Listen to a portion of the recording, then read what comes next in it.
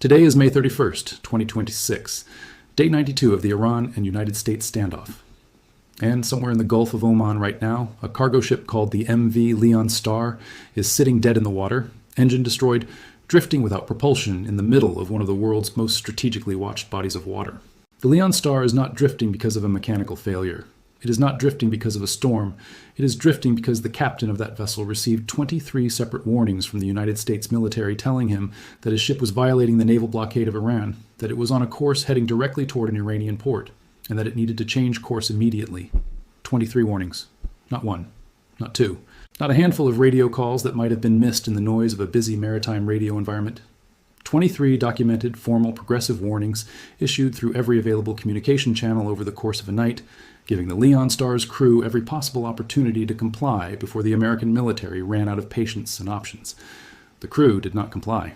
They were clearly operating under orders from someone who had calculated that the United States was not actually going to fire on a commercial cargo vessel, that the blockade was theater rather than enforcement, that the previous 92 days of watching American aircraft circle Iranian waters were an elaborate show of force that would ultimately back down when confronted with a ship determined to reach its destination. That calculation was wrong. A single AGM-114 Hellfire missile was fired by a United States military aircraft into the Leon Star's engine room. One missile, not a warning shot across the bow, not a disabling hit to a non-critical structure. The precise, deliberate placement of a Hellfire warhead into the mechanical heart of a 232-foot cargo vessel, destroying its propulsion capability and leaving it adrift without the ability to move under its own power. The Leon Star is now reef material in terms of its operational usefulness to whoever sent it toward an Iranian port in defiance of 23 American warnings. This is the fifth commercial vessel disabled since the blockade began. 116 others have been intercepted, warned, and turned back without requiring kinetic action. 5 disabled, 116 redirected. That is the enforcement record of a blockade that the Iranian regime has been publicly calling illegal, illegitimate, and unsustainable for 92 consecutive days, while its economy hemorrhages $500 million per day in lost oil export revenue. The MV Leon Star is the clearest possible answer to the question of whether the United States is bluffing. It is not bluffing. 23 warnings, 1 Hellfire, engine room. Drifting. This script is going to give you the complete picture of exactly how that shot was taken. Every layer of the surveillance and targeting architecture that tracked the Leon Star from the moment it left Karachi, Pakistan, all the way to the moment the Hellfire found its engine room. Which specific platforms were the most likely shooters? What the Fata 110 ballistic missile fired at Kuwait means for the conflict's trajectory? Why the MQ-9 Reaper losses are being replaced by something considerably more capable, and why what Iran's own senior officials are saying publicly tells you more about the regime's actual position than any diplomatic statement produced in Doha. But let's back all the way up. Because the Leon Star story is not simply a dramatic enforcement action against one stubborn cargo ship. It is the operational expression of a complete military architecture that has been building and executing the most sophisticated naval blockade enforcement operation the United States has conducted since the Second World War. And understanding every layer of that architecture tells you exactly why Iran's remaining strategy of sneaking ships through the blockade while firing ballistic missiles at Kuwait is producing nothing but disabled vessels, wounded Americans, and egregious ceasefire violation designations, rather than the economic relief the regime desperately needs. The blockade itself needs to be understood in its complete economic and military context because most coverage treats the 5 disabled ships and 116 redirected vessels as individual stories rather than components of a unified economic warfare campaign. The United States established the naval blockade of Iranian ports as the primary economic pressure mechanism of the conflict beginning on February 28, 2026. The blockade's design is simple in concept and extraordinarily complex in execution. Any vessel carrying cargo to or from Iranian ports is subject to interception, warning, and if necessary, disabling action by American military forces. The blockade does not require American forces to be inside Iranian territorial waters.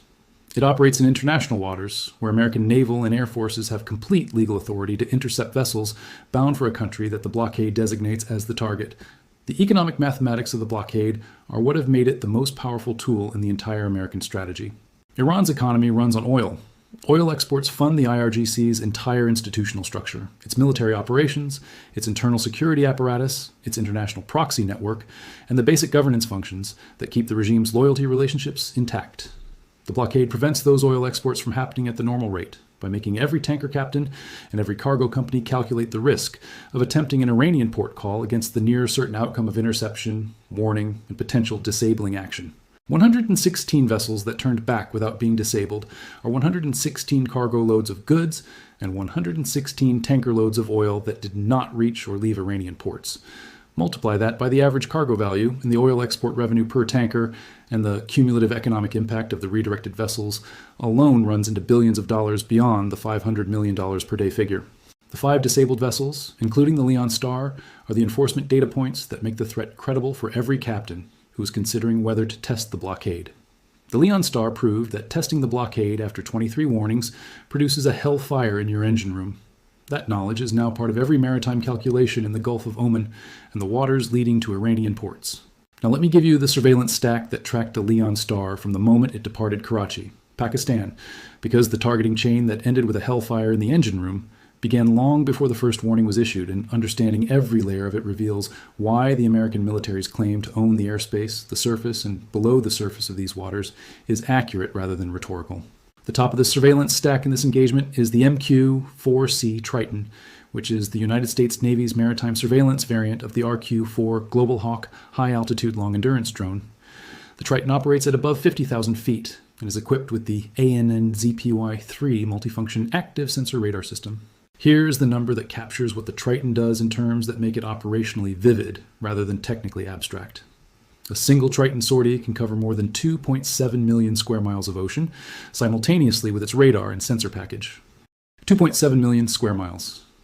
To give you a geographic reference for that number, the entire land area of the United States is approximately 3.8 million square miles. The Triton can cover roughly 70% of the entire United States land area in ocean surface in a single flight. In the geographic context of the Gulf of Oman, the Strait of Hormuz, and the Persian Gulf combined, the Triton's coverage area from a single orbital position encompasses every ship that is anywhere in those waters simultaneously. The AN-ZPY-3 radar can track and classify ships in sea states that defeat most conventional maritime surveillance sensors. Rough weather, high waves, rain, spray, all of the conditions that make visual and optical tracking unreliable are not obstacles for the AN-ZPY-3, because radar works regardless of weather conditions. The system can distinguish between different vessel types based on their radar return signatures, meaning it can identify a cargo ship, a tanker, a fast attack boat, and a fishing vessel as different categories of target without needing to send an aircraft close enough for visual identification. The Triton has been operating over the Gulf of Oman since the earliest days of the conflict. It has been building tracking data on every vessel that has transited these waters for over 90 days. The Leon Star was known, named, classified, and tracked from the moment it left Karachi harbor.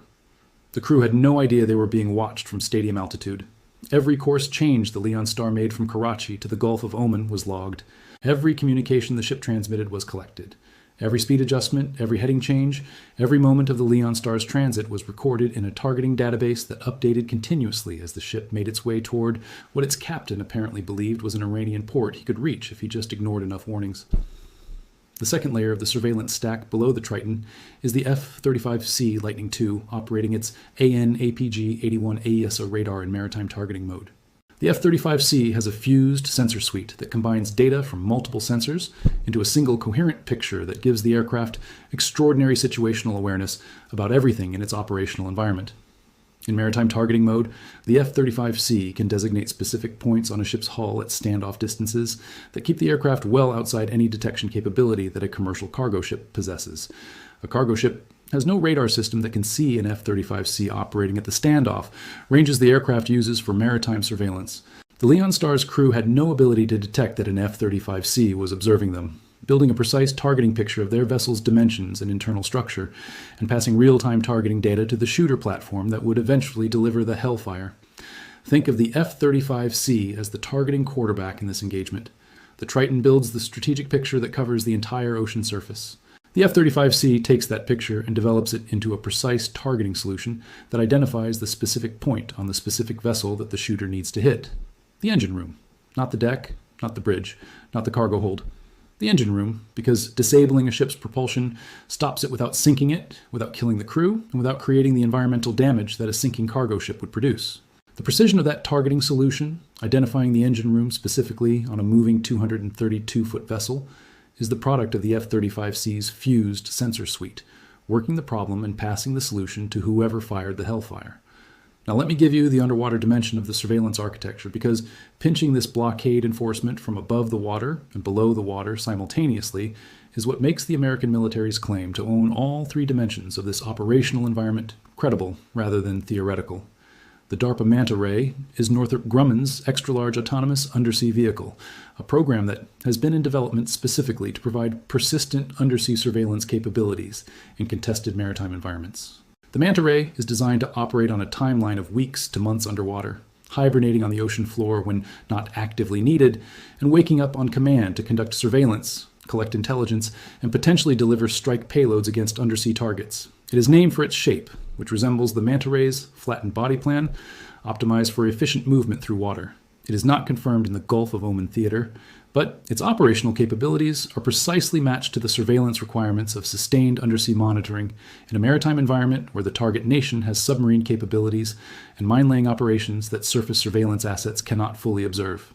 Iranian submarine activity in the Strait, IRGC fast attack boat movements in shallow coastal waters where surface radar coverage is complicated by land returns, and mine-laying operations conducted in the early morning darkness are all within the operational scope of an autonomous undersea vehicle providing persistent surveillance from below.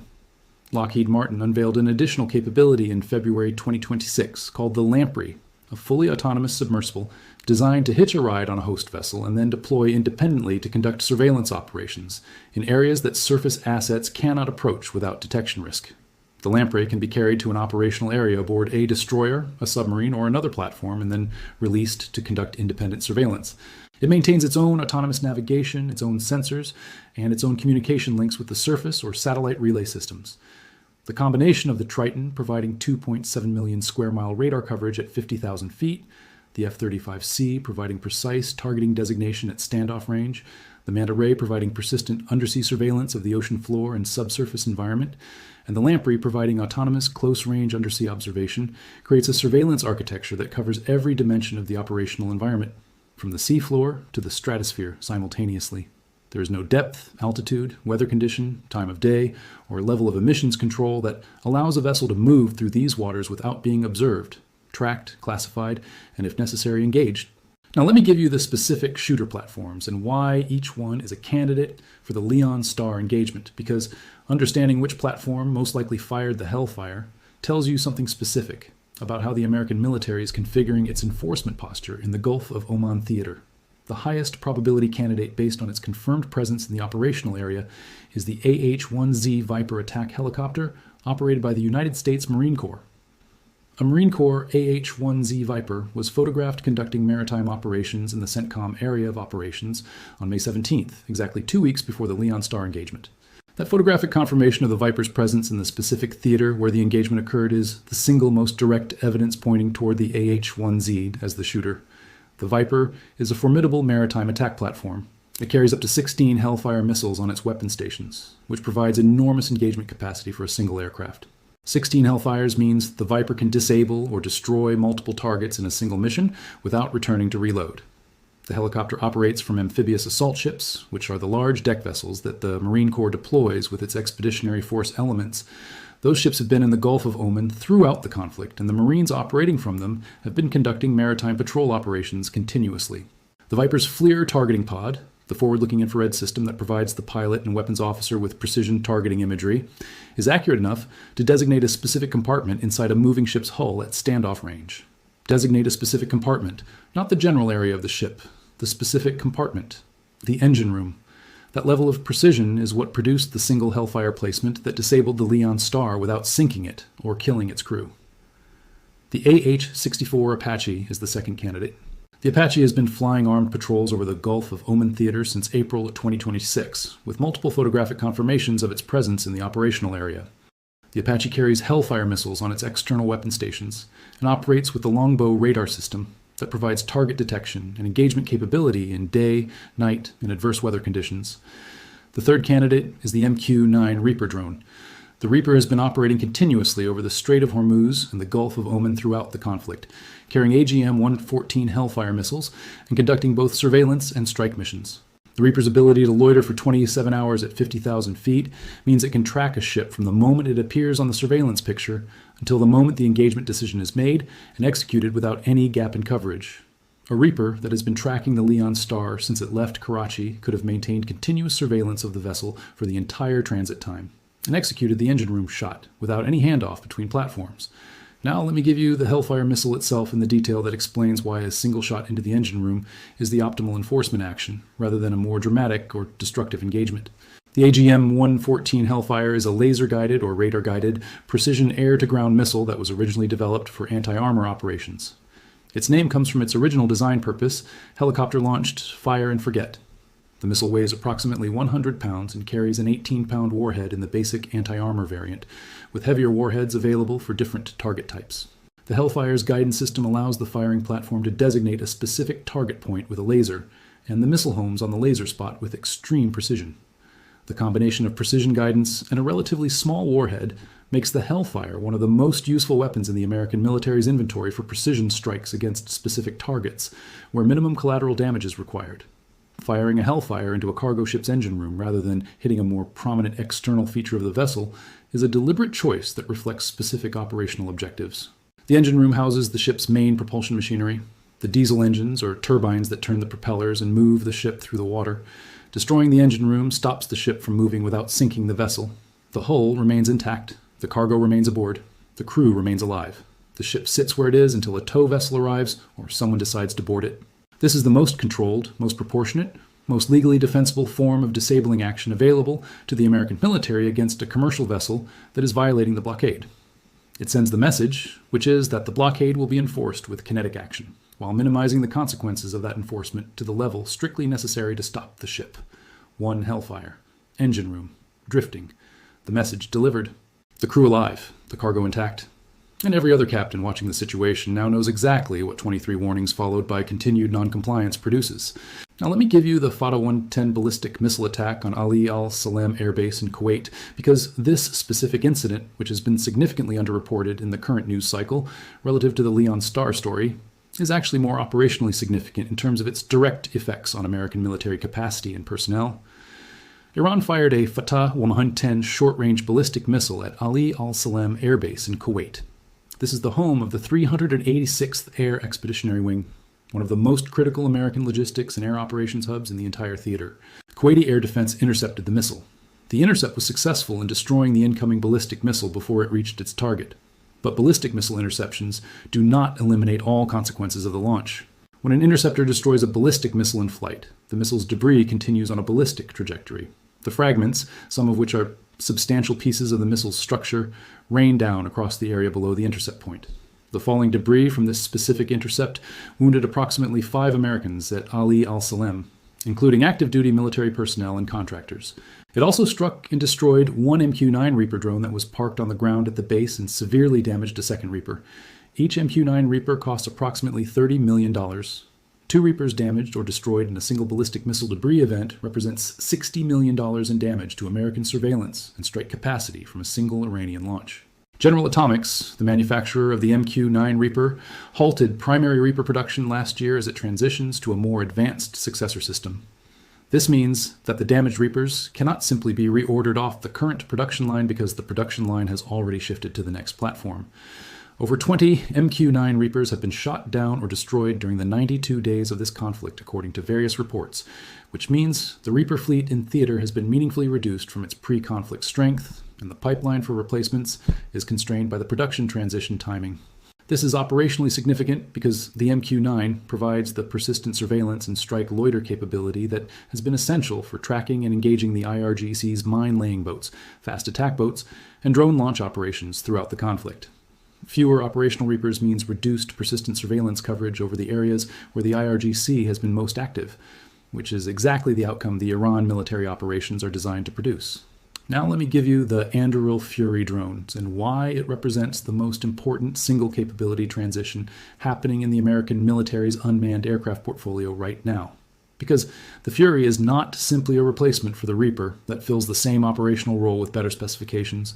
It is a fundamentally different category of platform that operates in a fundamentally different way. The Anduril Fury is a collaborative combat aircraft, meaning it is designed to work as a wingman alongside manned fighters rather than as an independent platform operating separately from the manned aircraft in its operational area. The Fury can be carried into a combat mission by an F-35, an F-15E, an F-22, or eventually the F-47 sixth generation fighter, operating as part of the manned aircraft's tactical formation rather than as a separately tasked asset. It carries its own weapons, its own sensors, and its own electronic warfare capability. It conducts its own targeting and engagement using its autonomous systems under the direction of the manned aircraft pilot who serves as the formation commander. Here is the specific capability that makes the Fury particularly relevant to the current conflict. If the Fury deploys all of its missiles and bombs during a mission and additional targets present themselves that the pilot judges need to be engaged immediately, the Fury can be directed to conduct a terminal guidance attack using the aircraft itself as the munition. It flies itself into the target. This is not the default or preferred mode of employment. It is the option of absolute last resort when all conventional weapons have been expended and the tactical situation requires an engagement that cannot wait for a new weapons load. But its existence as a capability changes the engagement mathematics of any mission that the Fury participates in because the adversary can never be certain that the drone they are engaging has expended all of its conventional weapons and can safely be treated as a non-threat after its missile count reaches 0. The Fury always has one engagement remaining, regardless of its conventional weapon status. This is the Wolfpack concept applied to autonomous combat aircraft. Every member of the formation has something to contribute to every engagement throughout the mission. And losing a member of the Wolfpack is not acceptable, not just because of the financial cost, but because the formation's total engagement capacity is reduced by every platform that does not make it back. Now let me give you what Iran's own senior officials are saying publicly, because their statements tell you more about the regime's actual desperation than any intelligence assessment. Mohsen Rezai, who is the senior advisor to Supreme Leader Mojtaba Khamenei and the former IRGC commander who is currently running Iran's public communication strategy, posted on X that the United States is betraying diplomacy for the third time. He accused Washington of continuing the naval blockade while making excessive demands. He characterized the American position as a betrayal of good faith negotiating. Read those complaints in operational context. The naval blockade that Rezai is calling a betrayal of diplomacy is the same naval blockade that has been operational since February 28th, the same blockade that Iran agreed to the ceasefire on April 8th, knowing was in place. The blockade has not changed since the ceasefire began. CENTCOM has been conducting self-defense strikes against specific Iranian military assets that threaten American forces, but the blockade's fundamental structure has been the same since day one. Calling the blockade's continued operation a betrayal of diplomacy is the argument of an institution that expected the ceasefire announcement to automatically produce blockade relief without the uranium commitment and nuclear restrictions that the United States has stated publicly and repeatedly are preconditions for any economic benefit.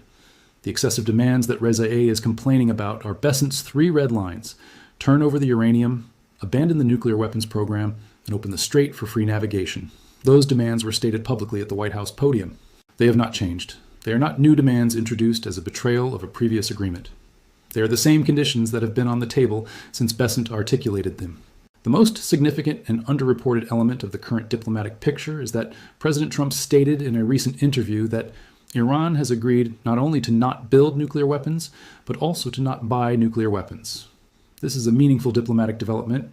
The commitment to not build was the stated Iranian position throughout the conflict, though the enriched uranium stockpile told a different operational story. The commitment to not buy addresses a specific concern in American intelligence assessments that Iran might attempt to acquire a complete nuclear device from a state actor, even if its domestic enrichment program is restricted.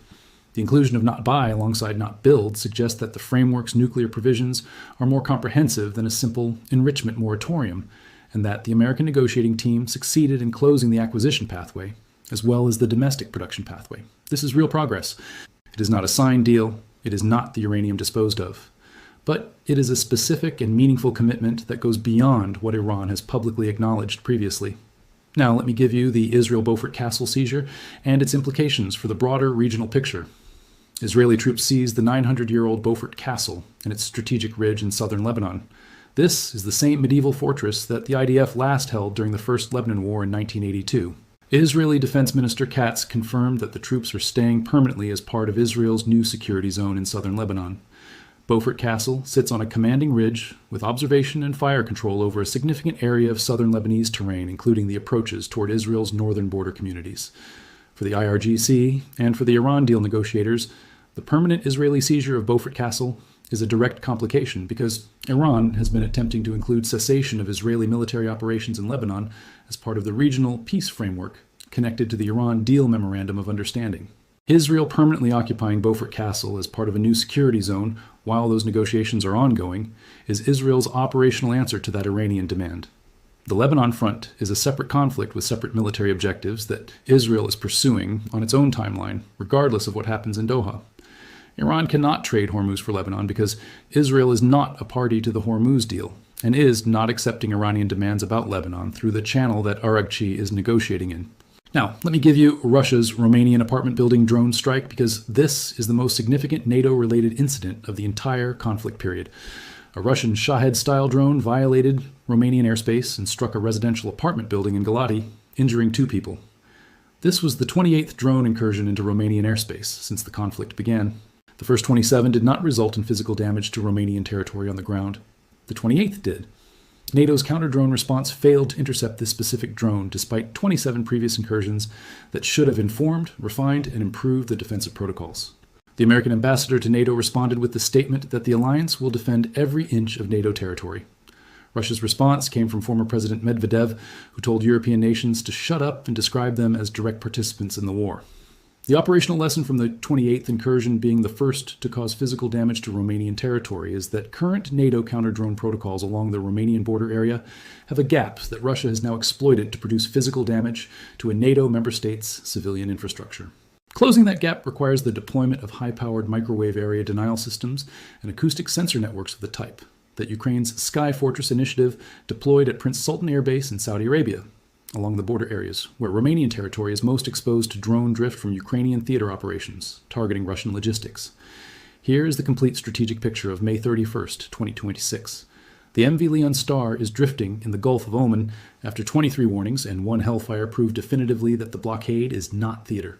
5 vessels disabled, 116 turned back, $500 million per day being extracted from the IRGC's institutional accounts through the mechanism of ships that cannot reach Iranian ports and oil that cannot leave Karg Island. The Fata 110 wounded 5 Americans and destroyed $30 million worth of MQ-9 capacity in Kuwait. Reza A is calling the blockade a betrayal of diplomacy on X, while CENTCOM is firing Hellfire missiles into engine rooms and posting the results.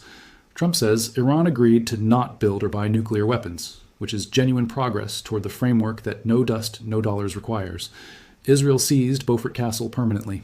Russia hit a NATO member's apartment building with a drone.